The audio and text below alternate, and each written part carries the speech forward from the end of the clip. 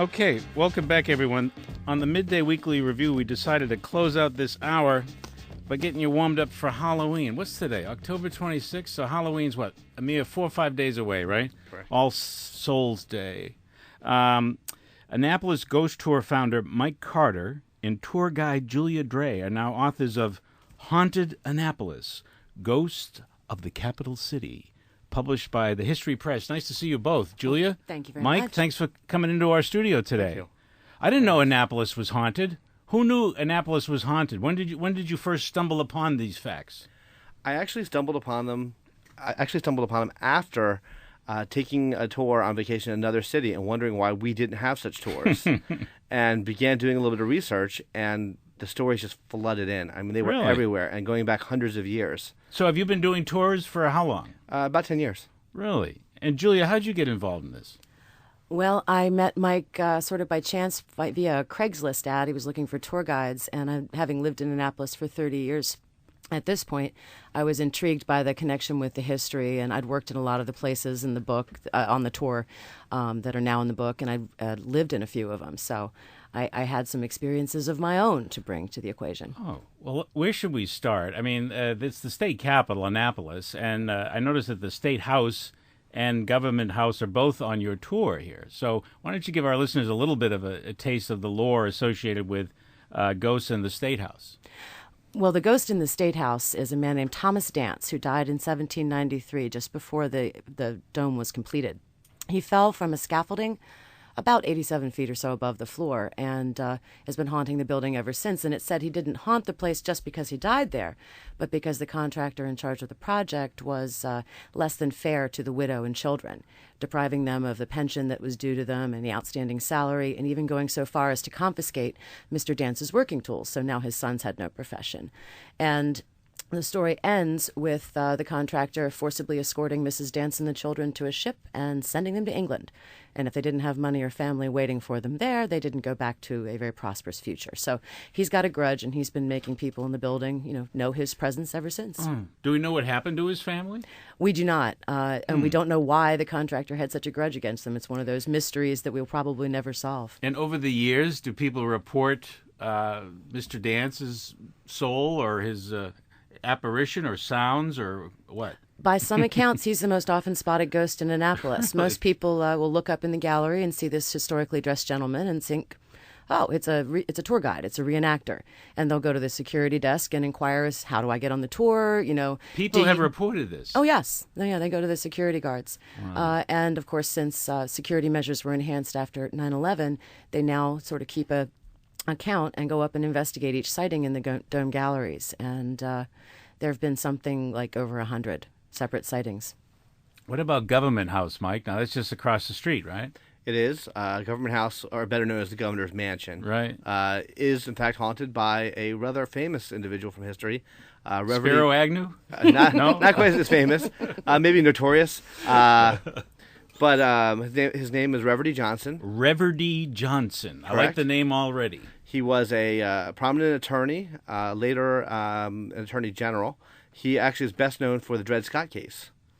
In what way? He was the attorney general at the time? He was the attorney in the Dred Scott case. Oh, okay. For the slave-owning defendants. Oh, okay. And later on, he wound up defending Mary Surratt as a member of the Senate at the trial after the assassination of Lincoln. Lincoln, yeah.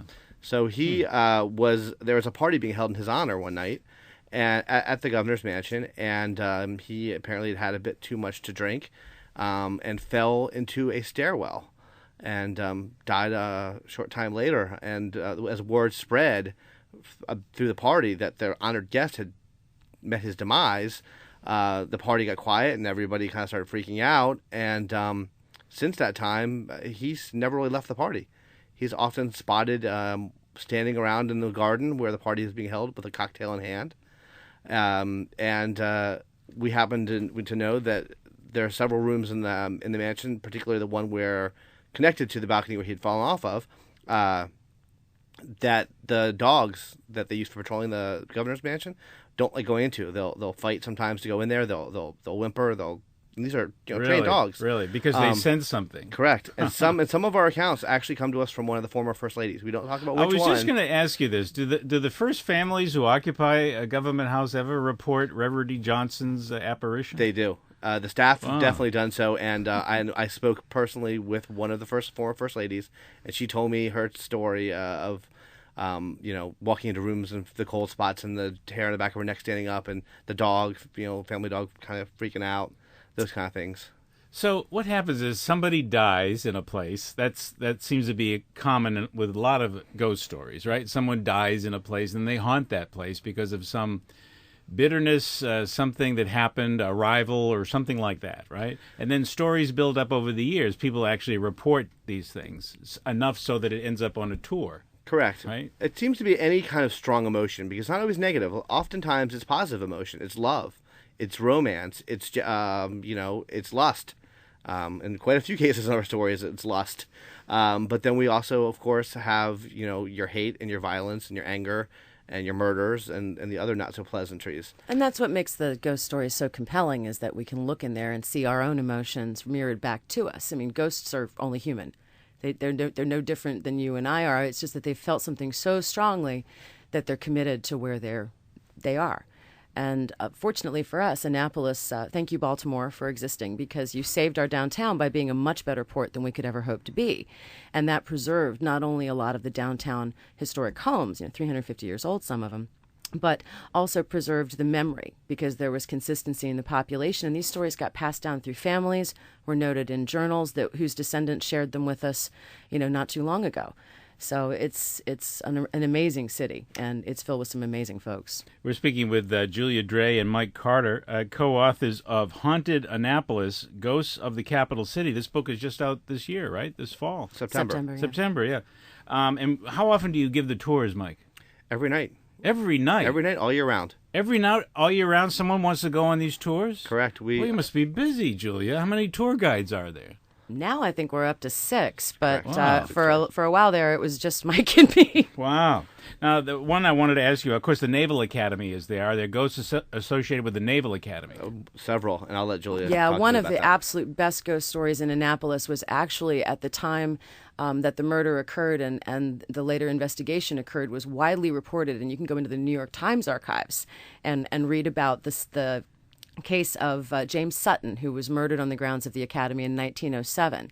His death was initially classified as a suicide, but his mother refused to believe it, and in fact was visited by her son's spirit, she claimed, who told her several things about what actually happened to him, among them that his teeth had been smashed, that he'd been attacked by 3 brother officers, and one of the most telling things was that his watch had been smashed, and then he'd been shot in the head. And initially they all claimed that he'd gone crazy and shot himself. And Mrs. Sutton refused to believe it, and received a couple weeks after his death confirmation that her doubts were justified, because in the box of personal effects was that watch, and it was smashed beyond recognition.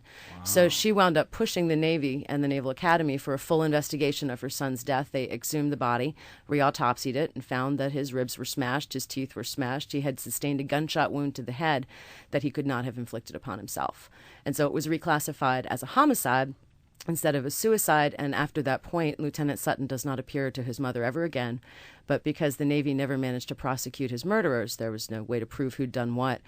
He's been walking the grounds of the Academy ever since. Haunting the Naval Academy. And you say the most haunted place in Annapolis, we're short of time now, which is good, so folks will have to read your book, is the James Bryce House. Just a little bit on that, Mike. James Bryce House is one of the historical homes in Annapolis. It's a 5-part Georgian mansion.